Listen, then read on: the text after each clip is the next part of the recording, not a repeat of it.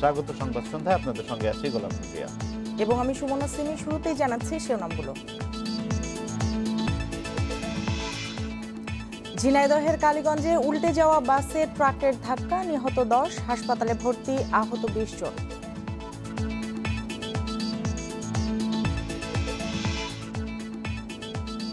করোনায় দেশে আরো 10 জনের মৃত্যু।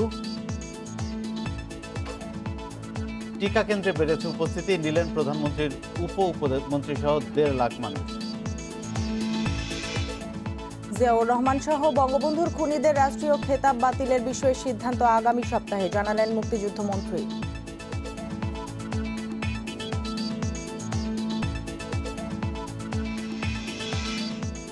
প্রকাশক দীপন হত্যা মামলায় চাকরিচ্যুত মেজর জিয়া সহ 8 জঙ্গির মৃত্যুদণ্ড, পলাতক 2, রায়ে সন্তোষ স্বজনদের।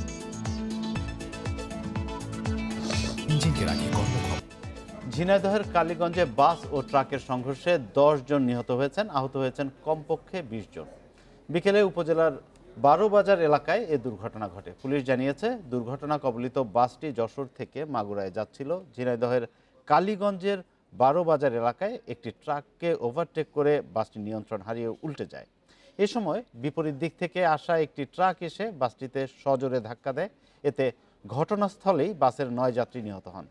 আহত হন আরও অনেকে। আহত ব্যক্তিদের চিকিৎসার জন্য কালীগঞ্জ উপজেলার স্বাস্থ্য কমপ্লেক্স এবং যশোর সদর হাসপাতালে পাঠানো হয়েছে। তাদের মধ্যে একজন হাসপাতালে মারা যান।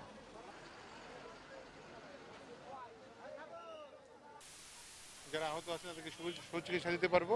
যারা মারা গিয়েছেন তাদের প্রতি জেলা প্রশাসনের শোক জানাচ্ছি, সমবেদনা জানাচ্ছি এবং নিহত পরিবারের জন্য সরকারের পক্ষ থেকে আমরা সমবেদনা এবং যতটুকু আর্থিক সহায়তা প্রয়োজন হয় সেটি দেওয়ার ব্যবস্থা করছি। দুর্ঘটনার বিষয়ে বিস্তারিত জানাতে ঘটনাস্থল থেকে যোগ দিচ্ছেন সহকর্মী জিয়াউল হক। জিয়াউল, সর্বশেষ কি অবস্থা, নিহতদের পরিচয় কি জানা গেছে? বেলা 3টার সময় এই দুর্ঘটনাটি ঘটে এবং এরপরে কিন্তু রাস্তার দুপাশে যান চলাচল বন্ধ হয়ে যায়। আমরা দেখেছি যে 6:36 সময় যান চলাচলটি স্বাভাবিক হয়ে যায়, অর্থাৎ প্রশাসনের পক্ষ থেকে যে দুর্ঘটনা কবলিত বাসটি সেটি রাস্তার পাশে সরিয়ে নেওয়া হয় এবং এরপর থেকেই যান চলাচল স্বাভাবিক হয়েছে। তবে এখনো আস্তে আস্তে, যেহেতু প্রায় রাস্তার দুপাশেই 7 থেকে 8 কিলোমিটার জুড়ে জ্যাম হয়েছিল, সেই জ্যামটি আসলে ধীর গতিতে ছাড়ছে। এখনো পর্যন্ত আমরা এই জিনিসটি দেখতে পেয়েছি। আর আহত যারা হয়েছেন তাদের কিন্তু যশোর সদর হাসপাতাল এবং কালীগঞ্জ স্বাস্থ্য কমপ্লেক্স, এই দুই জায়গায় ভর্তি করা হচ্ছে। সেখানে কাজ করছেন। প্রাথমিকভাবে তারা যারা আহত হয়েছেন তাদেরকে চিকিৎসকরা স্বাস্থ্য সেবা দিচ্ছেন এবং পাশাপাশি পুলিশ প্রশাসনের পক্ষ থেকে যারা নিহত হয়েছেন তাদের ঠিকানা খুঁজে বের করা হচ্ছে। যেহেতু যাত্রীবাহী বাসের সহ যে কয়েকজন মারা গিয়েছেন তারা যাত্রীবাহী বাসের যাত্রী ছিলেন আর কি। এই বাসটি তাদের যশোর থেকে মাগুরাগামী বাসটি ছিল, অর্থাৎ ধারণা করা হচ্ছে বেশিরভাগ যাত্রী কিন্তু মাগুরা এবং ঝিনাইদহ, তারা কাজ শেষে বাড়ি ফিরছিলেন। ঠিক সেরকম একটি পরিস্থিতিতেই কিন্তু এই দুর্ঘটনাটি ঘটেছে। আর আহতদের মধ্যে একজন মারা গেছেন আমরা জেনেছি ইতোমধ্যে, বাকিদের কি অবস্থা যারা আহত হয়েছেন? আহত এখনো পর্যন্ত প্রশাসনের পক্ষ থেকে বলা হচ্ছে যে মোট 22 জন আহত হয়েছেন এবং তাদের বেশিরভাগই কিন্তু যশোর সদর হাসপাতালে ভর্তি করা হয়েছে এবং সেখানেই কিন্তু চিকিৎসাধীন অবস্থায় একজন মারা গেছেন। তো আমি চিকিৎসকদের সাথে যশোর সদর হাসপাতালে তাদের সাথে কথা বলেছিলাম। চিকিৎসকরা আমাকে যে বিষয়টি জানিয়েছেন যে আসলে যারা আহত হয়েছে তারা দীর্ঘ সময় ধরে কিন্তু এখানে পড়েছিলেন এবং রক্তক্ষরণ হয়েছে এই সময় এবং তাদেরকে যশোরের প্রায় ঘটনাস্থল থেকে 18 কিলোমিটার দূরে এবং উপজেলা স্বাস্থ্য কেন্দ্র সেটিও প্রায় 10 কিলোমিটার দূরে, এই যে দীর্ঘ একটি সময় তাদেরকে এখানে উদ্ধার অভিযান চালানো হয়েছে এবং তারপরে তাদেরকে হাসপাতালে নিয়ে যাওয়া হয়েছে। এই দীর্ঘ সময়ের ভিতরে কিন্তু যে রক্তক্ষরণ হয়েছে, রক্তক্ষরণের কারণে কিন্তু মূলত তারা মারা গেছেন, যে সদর হাসপাতালে মারা গেছেন বিষয়টি। আর যে 9 জন স্পটে মারা গিয়েছেন তারা কিন্তু আসলে যখন বাসটি পড়ে যায় এবং যশোরগামী যে ট্রাক যখন বাসটিকে ধাক্কা দেয় তখন কিন্তু তারা ঘটনাস্থলে মারা যান। আমরা দেখেছি যে আপনি আমাদের সঙ্গেই যুক্ত থাকবেন। পরবর্তী সময়ে আমরা আবারও আপনার কাছে যাব তথ্য সংগ্রহে। কক্সবাজারে বাস ও অটোরিকশার সংঘর্ষে একই পরিবারের 3 জন নিহত হয়েছেন, গুরুতর আহত হয়েছে আরও 3 জন। সকালে হোয়াইকং এলাকায় এ দুর্ঘটনাটি ঘটে। পুলিশ জানিয়েছে, সকালে 5 যাত্রী নিয়ে সিএনজি চালিত অটোরিকশাটি টেকনাফের দিকে যাচ্ছিল। কক্সবাজার টেকনাফ মহাসড়কের নাইটার টেক এলাকায় পৌঁছলে বিপরীত দিক থেকে আসা একটি বাসের সঙ্গে সংঘর্ষ হয়। এতে অটোরিকশাটি দুমড়ে মুচড়ে যায়। ঘটনাস্থলে ৩ জন নিহত হন। নিহতরা হলেন সালামতুল্লাহ, তার ছেলে নজরুল ইসলাম এবং নজরুল্লাহের শিশুকন্যা সোহানা। তারা টেকনাফের মরিশা গুনার বাসিন্দা বলে জানা গেছে। আহত অটোরিকশা চালক সহ ৩ জনকে উপজেলা স্বাস্থ্য কমপ্লেক্সে ভর্তি করা হয়েছে। বাস চালককে আটক করেছে পুলিশ।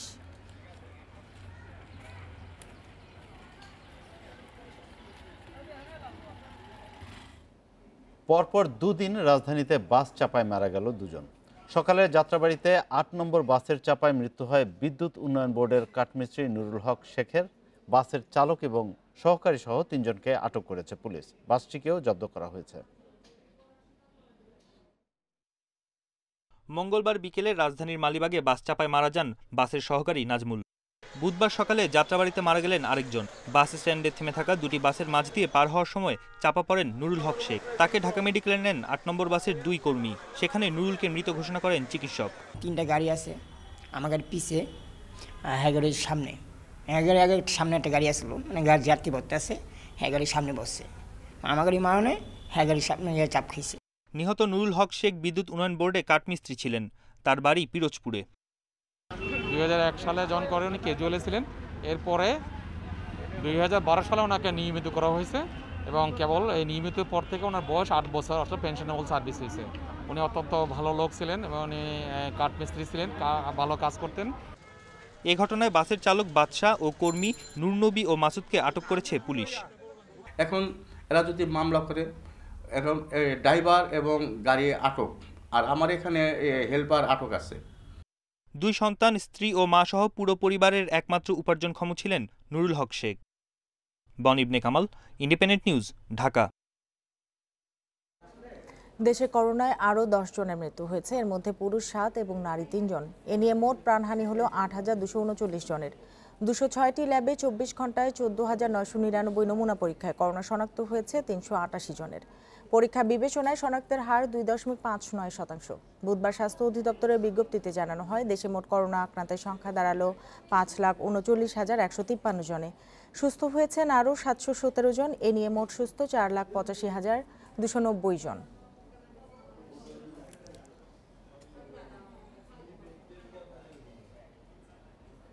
এদিকে প্রতিদিনই বাড়ছে টিকা গ্রহীতার সংখ্যা। চতুর্থ দিনেও সারা দেশে টিকা কেন্দ্রে ছিল ব্যাপক উপস্থিতি। রাজধানীর কুর্মিটোলা জেনারেল হাসপাতালে টিকা নিয়েছেন প্রধানমন্ত্রীর বেসরকারি শিল্প ও বিনিয়োগ উপদেষ্টা সালমান এফ রহমান। তিনি জানান, টিকা নেওয়ার বয়সসীমা আরও কমতে পারে।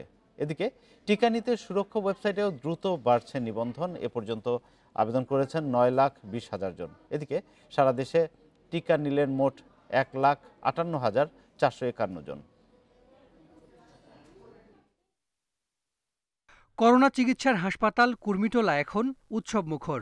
নানা বয়স ও পেশার মানুষ আসছেন দলে দলে। উদ্দেশ্য করোনার টিকা নেয়া। বুধবার সকাল থেকে ছিল বেশ উপস্থিতি। হাসপাতালের বাইরে টানানো হয়েছে নিবন্ধিতদের তালিকা। এরপর সিরিয়াল নিয়ে ভেতরে গিয়ে টিকার জন্য অপেক্ষা, কিন্তু কারো মধ্যে কোনো ক্লান্তি নেই। করোনা আতঙ্কে দীর্ঘদিন ঘর থেকে বের হতে না পারা বয়োজ্যেষ্ঠ নাগরিকদের কাছে টিকা যেন স্বস্তি। মানসিক জায়গাটা অনেক উপরে উঠে গেল, মনে হয় যে সব জায়গায় যেতে পারবো, বুঝছে না? মানসিক কনফিডেন্সটাই তো আসল। এতদিন তো আতঙ্কে ছিলাম, মানে কিভাবে নিব। এখন তো নিয়ে পরে এখন খুব ভালো লাগতেছে, কোনো টেনশন লাগে না, শরীর ভালো মনে হইতেছে, বাসায় যেয়েও ভালো হবে। দুপুরে কুর্মিটোলা হাসপাতালে টিকা নিতে যান প্রধানমন্ত্রীর বেসরকারি শিল্প ও বিনিয়োগ বিষয়ক উপদেষ্টা সালমান এফ রহমান। প্রয়োজনীয় আনুষ্ঠানিকতা শেষে টিকা নেন তিনি। এরপর সালমান এফ রহমান বলেন, প্রধানমন্ত্রীর দূরদর্শিতায় অনেক দেশের আগেই টিকা পেয়েছে বাংলাদেশ। পরবর্তী চালানো ঠিক সময়ে চলে আসবে দেশে। বাংলাদেশে এই ভ্যাকসিনটা যদি মাননীয় প্রধানমন্ত্রী সে ধরনের সাহসী সিদ্ধান্ত না নিতেন যে এই ভ্যাকসিন অ্যাপ্রুভালের আগে তিনি কিন্তু $60 মিলিয়ন অগ্রিম টাকাটা দিতে রাজি হয়েছেন। ওর কারণেই আজকে আমরা কিন্তু। প্রধানমন্ত্রীর উপদেষ্টা আরও বলেন, জনগণ পাশে আছে বলেই সমালোচনায় কান দেয় না সরকার। টিকা নেয়ার বয়সসীমা 40 বছর করায় বেড়েছে উপস্থিতি। মাননীয় প্রধানমন্ত্রী আরেকটা সাংঘাতিক একটা সিদ্ধান্ত নিলেন যে বয়সটা 40 বছর করে দিলেন, যার ফলে সবাই কিন্তু এখন আরও বেশিভাবে লোকজন নিতে পারতেছে। সমালোচনা যারা করতেছে তারা এমনিও করবে অমনিও করবে, কিন্তু আমি বিশ্বাস করি যে ম্যাক্সিমাম মানুষ বাংলাদেশে তারা কিন্তু আমরা যে উদ্যোগটা নিয়েছি এটার জন্য আমাদেরকে সবাই প্রশংসা করতেছে এবং সবথেকে বেশি মাননীয় প্রধানমন্ত্রী সবাই কিন্তু প্রশংসা করতেছে। কুর্মিটোলা হাসপাতালে বুধবার আরও টিকা নেন আইনমন্ত্রী আনিসুল হক ও প্রধানমন্ত্রীর আন্তর্জাতিক বিষয়ক উপদেষ্টা গওহর রিজভী। আর আমার একটা ভয় আছে এই ইনজেকশন দেওয়ার মধ্যে, তা আমি মনে করেছিলাম যে আপনারা ক্যামেরা নিয়ে সামনে থাকবেন, আমার মুখ যদি কুচকেও যায় তাহলেও তো অসুবিধা, তো কিন্তু কোনো ব্যথা পাই নাই। রাজধানীর 48টি সহ দেশের 1000-এর বেশি হাসপাতালে চলছে টিকাদান। অনলাইনের পাশাপাশি জাতীয় পরিচয়পত্র দিয়ে কেন্দ্রে গিয়ে সুরক্ষার ওয়েবসাইটে নিবন্ধন করেও নেওয়া যাচ্ছে টিকা। Hasan Misbah, independent news, Dhaka. মানুষের কথা বাদ দিয়ে যারা শুধু টাকার চিন্তা করে তারা রাজনীতিতে টিকে থাকতে পারে না বলেছেন প্রধানমন্ত্রী শেখ হাসিনা। করোনার টিকা আনার ক্ষেত্রে সরকারের সাফল্য উল্লেখ করে প্রধানমন্ত্রী বলেন, অনেক দেশের আগেই টিকা আনতে পেরেছে সরকার। দুপুরে রাজধানীতে যুবলীগের 48তম প্রতিষ্ঠাবার্ষিকীর আলোচনায় এসব কথা বলেন প্রধানমন্ত্রী। গেল বছরের সেপ্টেম্বরে হওয়ার কথা থাকলেও করোনার কারণে যুবলীগের 48তম প্রতিষ্ঠাবার্ষিকীর আলোচনা পিছিয়ে অনুষ্ঠিত হয় বুধবার। রাজধানীর কৃষিবিদ ইনস্টিটিউশন মিলনায়তনের আয়োজনে প্রধান অতিথি হিসেবে গণভবন থেকে ভার্চুয়ালি যোগ দেন আওয়ামী লীগের সভাপতি প্রধানমন্ত্রী শেখ হাসিনা। যে আমি আসলে সময় করে উঠতে পারিনি, যে কারণে আজকে একটু দেরি হয়ে গেছে। যুবলীগের প্রতিষ্ঠা থেকে শুরু করে বর্তমান সময় পর্যন্ত সাংগঠনিক নানা প্রসঙ্গ উঠে আসে বর্তমান ও সাবেক নেতাদের বক্তব্যে। পরে আদর্শহীন রাজনীতি থেকে দূরে থাকতে যুবলীগের নেতাকর্মীদের নির্দেশ দিয়ে বিএনপি চেয়ারপারসন খালেদা জিয়ার প্রসঙ্গ তুলে ধরেন শেখ হাসিনা। যে রাজনীতি করতে যে লোভের বশবর্তী হয়, অর্থ সম্পদটা যাদের কাছে বড় হয়ে যায় তারা কিন্তু বেশি দিন টিকতে পারে না। এটা বাস্তবতা। এটা শুধু আমাদের দল বলে না, আমি সমগ্র বাংলাদেশের অন্যান্য সব রকম রাজনৈতিক দলের কথাই যদি চিন্তা করি তাহলে আমরা সেটা দেখব। আমি জানি বিএনপি একসময় চিন্তা করেছে 2000 কোটি টাকা থাকলে পরে নির্বাচন থেকে জীবনে কেউ সরাতে পারবে না, কিন্তু তাদেরকে সরে যেতে হয়েছে। সরকার করোনার ভ্যাকসিন আনতে পারবে কিনা তা নিয়ে বিএনপি সহ বিভিন্ন রাজনৈতিক দল ও তাদের অনুসারীদের বিরূপ মন্তব্যের বিষয়টিও উঠে আসে প্রধানমন্ত্রীর বক্তব্যে। ইতিমধ্যে টিকা আমরা দেওয়া শুরু করেছি, ভ্যাকসিন শুরু হয়েছে। অনেক কথা শুনতে হয়, এসব কথা কান দিলে চলে না। আমরা যে অনেকে তো বলছে বাংলাদেশ ভ্যাকসিন আসবে না, অনেক উন্নত দেশও কিন্তু আনতে পারেনি। আমি কিন্তু কোনো দিকে তাকাইনি। আমার কাছে মানুষ সব থেকে বড়, মানুষের জীবন বড়। আমি যখন প্রথম ভ্যাকসিনের জন্য টাকা দেই 1000 কোটি টাকা আলাদা রেখে আমি সঙ্গে সঙ্গে অ্যাডভান্স করে দিয়েছিলাম যে যখনই ভ্যাকসিন তৈরি হবে এবং বিশ্ব স্বাস্থ্য সংস্থা যখনই অনুমোদন দেবে সকলের আগে যেন বাংলাদেশ পায়। সামগ্রিক উন্নয়নের লক্ষ্য অর্জন করে বঙ্গবন্ধুর স্বপ্নের সোনার বাংলা গড়তে যুব সমাজকে দক্ষ জনশক্তি হিসেবে গড়ে তোলার প্রত্যয়ের কথা আবারও উঠে আসে বঙ্গবন্ধু কন্যার কণ্ঠে। আমরা সেইভাবেই বাংলাদেশকে গড়তে চাই। শাহাদাত স্বপন, ইন্ডিপেন্ডেন্ট নিউজ, ঢাকা। জিয়াউর রহমানকে দেয়া বীর উত্তম খেতাব সহ বঙ্গবন্ধুর আত্মস্বীকৃত 4 খুনির রাষ্ট্রীয় খেতাব বাতিলের বিষয়ে সিদ্ধান্ত আগামী সপ্তাহে হবে বলে জানিয়েছেন মুক্তিযুদ্ধ বিষয়ক মন্ত্রী আকম মোজাম্মেল হক। খেতাব বাতিলে কোনো আইনি বাধা নেই বলে জানিয়েছেন আইনমন্ত্রী। বিএনপির প্রতিষ্ঠাতা জিয়াউর রহমানকে মুক্তিযুদ্ধে অবদানের স্বীকৃতি হিসেবে রাষ্ট্রীয়ভাবে দেয়া বীর উত্তম খেতাব বঙ্গবন্ধু শেখ মুজিবুর রহমান হত্যাকাণ্ডে জড়িত থাকায় বাতিলের সিদ্ধান্ত হয়েছে বলে জানিয়েছেন মুক্তিযুদ্ধ বিষয়ক মন্ত্রী আকম মোজাম্মেল হক। সকালে গাজীপুরের চন্দ্রায় এক অনুষ্ঠান শেষে সাংবাদিকদের একথা জানান তিনি। আগামী সপ্তাহে এ বিষয়ে চূড়ান্ত সিদ্ধান্ত হবে বলেও জানান তিনি। খন্দকার মুস্তাক, জিয়াউর রহমান, তারপর আরও অনেকের নাম আসছে বঙ্গবন্ধুর হত্যার সাথে জড়িত দলিল প্রমাণ সহ। সেই জন্য আমরা একটা উপকমিটি করেছি যে আগামী মিটিংয়ে কার কি ভূমিকা ছিল, বঙ্গবন্ধুর হত্যার সময় কী কী দলিল প্রমাণ আছে সেগুলো সহ পেশ করার জন্য, এবং তাহলে তাদের সেই সম্মানসূচক যে এগুলো আছে পদবি আছে সেগুলো বাতিল হবে। মন্ত্রী বলেন, বঙ্গবন্ধুর আত্মস্বীকৃত খুনি শরীফুল হক ডালিম, নূর চৌধুরী, রাশেদ চৌধুরী ও মোসলেউদ্দিনের রাষ্ট্রীয় খেতাব বাতিলেরও সিদ্ধান্ত হয়েছে। এ বিষয়ে জাতীয় মুক্তিযোদ্ধা কাউন্সিলের গঠিত উপকমিটি ওই 5 জনের ভূমিকা পেশ করলে তা যাচাই বাছাই শেষে খেতাব বাতিল হবে। পৃথিবীতে এমন বহু নজির আছে যে তাদের কর্মকাণ্ডের জন্য সম্মানসূচক খেতাব প্রত্যাহার করে নেওয়া হয়েছে।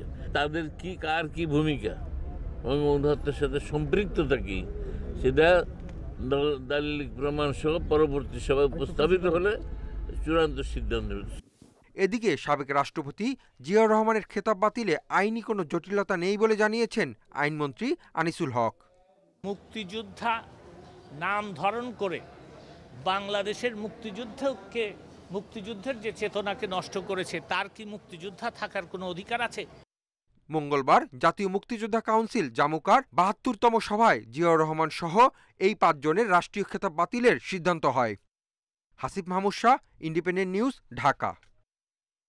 জাগৃতি প্রকাশনের প্রকাশক ফয়সাল আরিফিন দীপন হত্যা মামলায় জঙ্গি সংগঠন আনসার আল ইসলামের 8 জঙ্গিকে মৃত্যুদণ্ড দিয়েছে আদালত। দুপুরে ঢাকার সন্ত্রাস বিরোধী বিশেষ ট্রাইব্যুনালের বিচারক মোহাম্মদ মুজিবুর রহমান এ রায় দেন।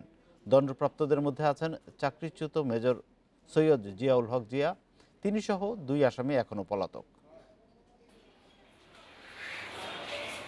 2015 সালের 31 অক্টোবর রাজধানীর শাহবাগে আজিজ সুপার মার্কেটের জাগৃতি প্রকাশনের কার্যালয়ে প্রকাশক ফয়সাল আরিফিন দীপনকে কুপিয়ে হত্যা করে নিষিদ্ধ জঙ্গি সংগঠন আনসার আল ইসলামের সদস্যরা। এ ঘটনায় হত্যা মামলা করেন তার স্ত্রী রাজিয়া রহমান জলি।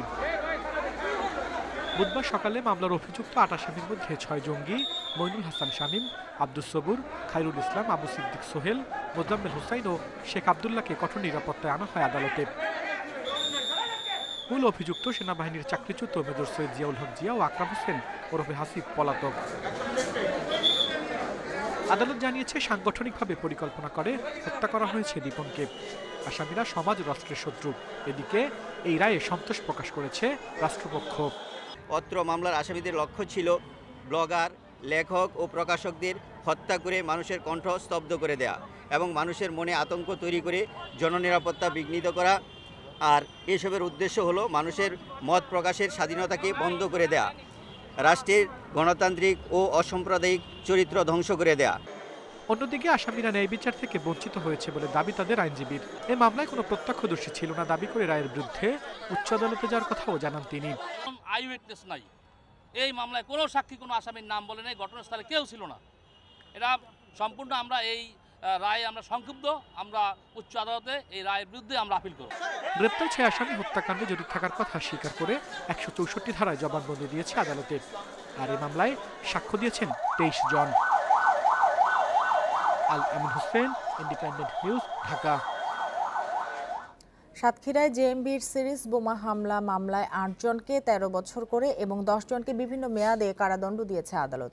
দুপুরে সাতক্ষীরা অতিরিক্ত জেলা ও দায়রা জজ একই আদালতের বিচারক শরীফুল ইসলাম এ রায় ঘোষণা করেন। অভিযোগ প্রমাণিত না হওয়ায় একজনকে খালাস দেওয়া হয়। দুপুর 12টার দিকে মামলার 19 আসামির সবাইকে আদালতে তোলা হয়। রায়ে সন্তোষ জানান রাষ্ট্রপক্ষের আইনজীবী, তবে ন্যায় বিচার পাননি বলে অভিযোগ করেন আসামি পক্ষের আইনজীবী। সাতক্ষীরা আদালতের পিপি আব্দুল লতিফ জানান, 2005 সালের 17 আগস্ট শহরের শহীদ রাজ্জাক পার্ক, জেলা জজ আদালত চত্বর সহ 5টি জায়গায় একযোগে জেএমবি বোমা হামলা চালায়। এ ঘটনায় পুলিশ সদর থানায় 6টি মামলা করে। একজন আসামি শুধুমাত্র অন খায়েরকে খালাস প্রদান করেছেন এবং বাকি আসামি অর্থাৎ 8 জনকে 13 বছর সশ্রম কারাদণ্ড প্রদান করেছেন এবং বাকি আসামিদের বিভিন্ন মেয়াদে সাজা প্রদান করেছেন। আমরা মনে করি যে রাষ্ট্রপক্ষ এই কোনো আসামির বিরুদ্ধে ন্যূনতম অভিযোগ প্রমাণ করতে পারেননি। সুতরাং এই যে সাজাটা দেওয়া হয়েছে, সাজাটা ন্যায় বিচার পরিপন্থী বলে আমরা মনে করি। আশুলিয়ায় যাত্রা শুরু হলো বেক্সিমকো পিপিই ইন্ডাস্ট্রিয়াল পার্কের। সকালে পার্কের উদ্বোধন করেন মার্কিন রাষ্ট্রদূত রবার্ট মিলার। অনুষ্ঠানে ভার্চুয়ালি যোগ দেন প্রধানমন্ত্রীর বেসরকারি শিল্প ও বিনিয়োগ উপদেষ্টা Salman F Rahman. PPE mask সহ পার্কে উৎপাদিত স্বাস্থ্য সুরক্ষা সামগ্রী দেশের চাহিদা মিটিয়ে রপ্তানি হবে বিদেশে।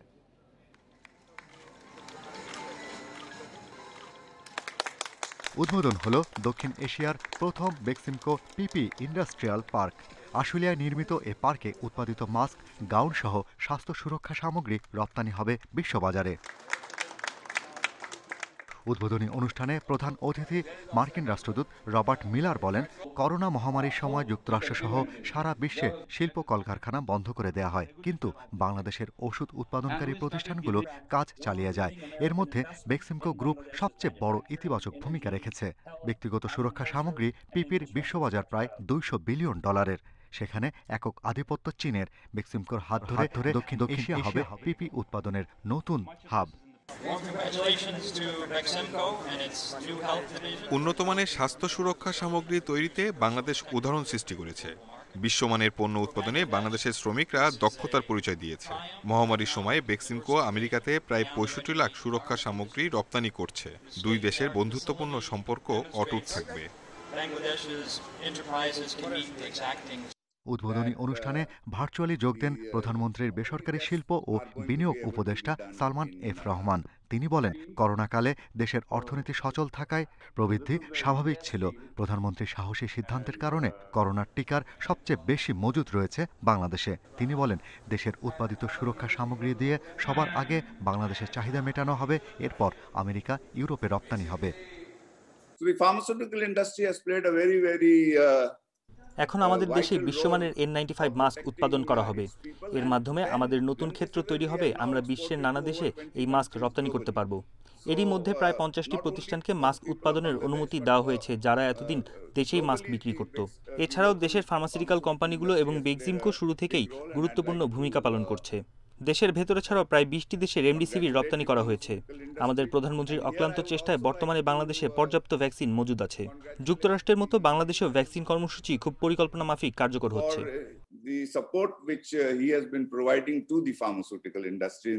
উদ্বোধনের পর পার্ক এলাকা ঘুরে দেখেন মার্কিন রাষ্ট্রদূত সহ আমন্ত্রিত অতিথিরা। পিপি ইন্ডাস্ট্রিয়াল পার্কে উৎপাদিত পণ্য বিশ্ববাজারে রপ্তানি হবে। বেক্সিমকো হেলথ নামে বছরে প্রায় 5,000 কোটি টাকার পিপি রপ্তানির আশা প্রতিষ্ঠানটির। শাহরিয়াত অনির্বাণ, ইন্ডিপেন্ডেন্ট নিউজ, ঢাকা। দেশের প্রথম সারির ব্যবসা প্রতিষ্ঠান শিকদার গ্রুপের চেয়ারম্যান জয়নুল হক শিকদার মারা গেছেন। দুবাইয়ের একটি হাসপাতালে বুধবার স্থানীয় সময়ে বেলা 12:30টায় মারা যান তিনি। শিকদার গ্রুপের চেয়ারম্যানের মৃত্যুতে শোক জানিয়েছেন প্রধানমন্ত্রী শেখ হাসিনা এবং প্রধানমন্ত্রীর উপদেষ্টা সালমান এফ রহমান। তার বয়স হয়েছিল 91 বছর। জয়নুল হক শিকদার 1930 সালের 12 আগস্ট আসামে জন্মগ্রহণ করেন। 1947 সালে সপরিবারে চলে আসেন বাংলাদেশে। দীর্ঘ 7 দশকে দেশের শিক্ষা, স্বাস্থ্য, আবাসন, পর্যটন, অর্থনীতি, কর্মসংস্থান সহ বিভিন্ন খাতে অসংখ্য প্রতিষ্ঠান গড়ে তুলেছেন তিনি।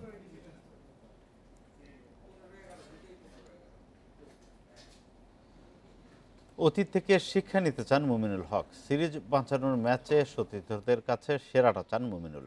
সাকিব সাদমানের অনুপস্থিতিতে একাদশ সাজানোর চ্যালেঞ্জ ম্যানেজমেন্টের সামনে। এদিকে আত্মবিশ্বাসে ভরপুর ওয়েস্ট ইন্ডিজ ঢাকা টেস্টেও ছড়ি ঘোরাতে চায়, জানিয়েছেন ক্রেইগ ব্রাথওয়েট। শেরেবাংলা স্টেডিয়ামে ম্যাচ শুরু সকাল 9:30টায়। ঢাকা টেস্ট শুরুর আগেই ব্যাকফুটে বাংলাদেশ। সাকিবের পর হারাতে হয়েছে সাদমানকে। সিরিজে সমতা ফেরাতে একাদশ গড়তে হিমশিম টাইগার ম্যানেজমেন্ট। সাকিবের বদলি হিসেবে নেওয়া হয়েছে সৌম্যকে। সাদমানের বিকল্প প্রয়োজন পড়েনি। সমালোচিত এক পেসার তত্ত্ব থেকে বের হওয়ার চ্যালেঞ্জ। 3 স্পিনার নাকি 2 পেসার, সবই ম্যাচের দিন কন্ডিশন বুঝে। উইকেট যদি ওরকম হয় তাহলে হয়তো 2 পেস বোলার, যদি না হয় তাহলে হয়তো 3টা পেস বোলার, হয়তো না হলে 2টা স্পিনার, এভাবে খেলানো হবে। আপনার কন্ডিশনের উপর নির্ভর করবে যে আমি কয়টা পেস অ্যাটাক হবে নাকি স্পিনার। সাদমান নাই সেহেতু হয়তো একটা চেঞ্জ আসতে পারে, আর সাকিব ভাই যেহেতু নাই সে মাঝখানে একটা চেঞ্জ হতে পারে যে 6 নম্বরে। চট্টগ্রাম টেস্টে বাজে হারে অদৃশ্য চাপ ভর করছে মুমিনুলের কাঁধে। অধিনায়ক হিসেবে ভারত পাকিস্তান সফরে সুখস্মৃতি নেই। নিজে পারফর্ম করলেও অধিনায়কত্ব কাজ গড়ায়। একটা জয়ে সবকিছু ঠিক হয়ে যাবে, কিন্তু সিরিজে পিছিয়ে থেকে ট্র্যাকে ফেরার চ্যালেঞ্জ কি নিতে পারবেন মুমিনুল? আপনি যখনই খেলবেন তখন আপনি যখন ম্যাচ হারবেন, মানে টিম যখন রেজাল্ট করবে তখন কিন্তু অবশ্যই একটা প্রেশার থাকে। তো ওই হিসেবে চিন্তা করে অবশ্যই প্রেশার আছে। আর ইন্টারন্যাশনাল খেলা তো প্রেশার থাকবে, আমাদের ওটাই নিয়ে কাজ করতে হবে, ওটা নিয়ে খেলতে হবে। অতীত যেটা চলে গেছে সেটা চলে গেছে, ওটা নিয়ে আর চিন্তাভাবনা করাই না ভালো, না চিন্তাভাবনা না করাই ভালো। তো এখান থেকে আমি যেগুলো পজিটিভ জিনিস আছে সেগুলো নিয়ে সামনে এগোতে চাই। তো ওই হিসেবে সবাই আল্লাহর রহমতে সবাই পজিটিভ আছে। প্রত্যাশার চেয়ে প্রাপ্তি বেশি, উইন্ডিজরা এখন হাওয়ায় ভাসছে। কিন্তু জহুর আহমেদে অবিশ্বাস্য জয়ের পর আরও নিখুঁত হতে চায় ক্যারিবীয়রা। অভিষেকে মহাকাব্যিক ইনিংস খেলে বাড়তি নজরে কাইল মেয়ার্স, কিন্তু স্পটলাইট কেড়ে নিতে বাকিরাও সদা ব্যস্ত। চট্টগ্রাম টেস্টে রিভিউ কাণ্ডে বিতর্কিত হয়েছেন মুমিনুল। মুহূর্তের মধ্যে সঠিক সিদ্ধান্ত নিতে দ্বিধায় ছিলেন অধিনায়ক। সিরিজ হারে লজ্জা এড়াতে ঢাকা টেস্টে দ্বিধাহীন মুমিনুলের নেতৃত্ব বড্ড প্রয়োজন। পূর্ণ পয়েন্ট লাভের আশায় সিরিজ শুরু করেছিল বাংলাদেশ, কিন্তু আশার গুড়ে বালি। খর্বকায় উইন্ডিজের বিপক্ষে প্রথম টেস্টেই পয়েন্ট হারিয়েছে মুমিনুলের দল। সাকিবিন ঢাকা টেস্টে এখন টিম টাইগার্সের সিরিজ বাঁচানোর challenge. Saiful Majumdar, independent news, Dhaka. 2017 সালের পর অবশেষে বাংলাদেশে আসছে অস্ট্রেলিয়া ক্রিকেট দল। চলতি বছরের টি-20 বিশ্বকাপের আগে সেপ্টেম্বরে আসবে অজি দল। বাংলাদেশের সঙ্গে টি-20 সিরিজ কিংবা ইংল্যান্ডকে সঙ্গে নিয়ে ত্রিদেশীয় আয়োজনও হতে পারে বলে জানিয়েছেন বিসিবি প্রধান নির্বাহী। অস্ট্রেলিয়া ওয়ার্ল্ড টি-20-র আগে বাংলাদেশে সফর করার ব্যাপারে দুই বোর্ড আমরা নীতিগতভাবে সম্মত আছি এবং এভাবেই আমাদের শিডিউল করা আছে। এখন পর্যন্ত যেটা আছে যে ওয়ার্ল্ড টি-20-র আগে বাংলাদেশে ইংল্যান্ড, অস্ট্রেলিয়া এবং নিউজিল্যান্ড সফর করবে। সো এভাবেই আমাদের প্ল্যান আছে। শেষ করব সংবাদ সন্ধ্যা। শেষ করার আগে শিরোনামগুলো আরেকবার। ঝিনাইদহের কালীগঞ্জে উল্টে যাওয়ার বাসে ট্রাকের ধাক্কা, নিহত 10, হাসপাতালে ভর্তি, আহত 20 জন।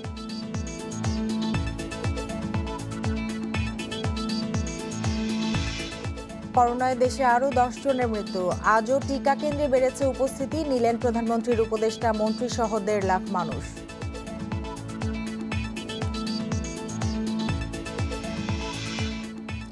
জিয়াউর রহমান এবং বঙ্গবন্ধুর খুনিদের রাষ্ট্রীয় খেতাব বাতিলের বিষয়ে সিদ্ধান্ত আগামী সপ্তাহে, জানালেন মুক্তিযুদ্ধ মন্ত্রী।